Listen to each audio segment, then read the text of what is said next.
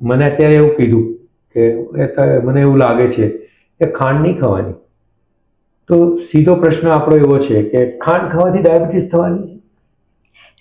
ખાંડ ખાવાથી ડાયાબિટીસ થવાનું રિસ્ક થઈ શકે છે 100%, એ બરાબર છે, પણ એકલું જ ખાલી ખાંડ ખાવાથી જ ડાયાબિટીસ થાય છે એવું નથી.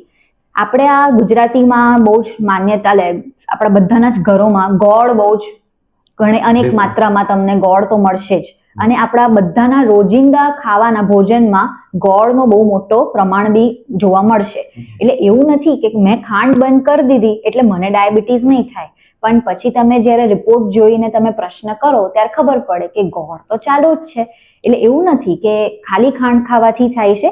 ખાંડ ખાવાથી રિસ્ક વધે છે, પણ ખાંડ સિવાયના બીજા બધા બી ઘણા તત્વો છે જેનાથી ડાયાબિટીસનો રિસ્ક તો રહેવાનો જ છે.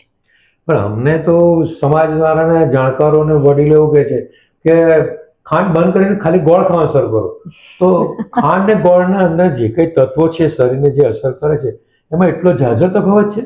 યસ, ખાંડ ખરાબ છે એ તો ખબર જ છે, ખાંડ બંધ કરી દીધી પણ ગોળ તો ચાલુ રાખ્યો, ઉડતું ગોળનું પ્રમાણ વધારી દીધું, ડબલ કરી દીધું, પણ સ્ટીલ ગોળમાં જે ગ્લાયસેમિક ઇન્ડેક્સ છે એ ખાંડ કરતાં ડબલ છે, અને ડિપેન્ડિંગ ઓન કેવું એનું પ્રોસેસિંગ ટેકનિક છે આપણા ગોળનું, પણ અલ્ટિમેટ ટેક અવે એ જ છે કે ગોળ બી એટલું જ શુગર વધારશે અને તમારું 3 મહિનાનું શુગરમાં બી એટલું જ રિફ્લેક્ટ થશે.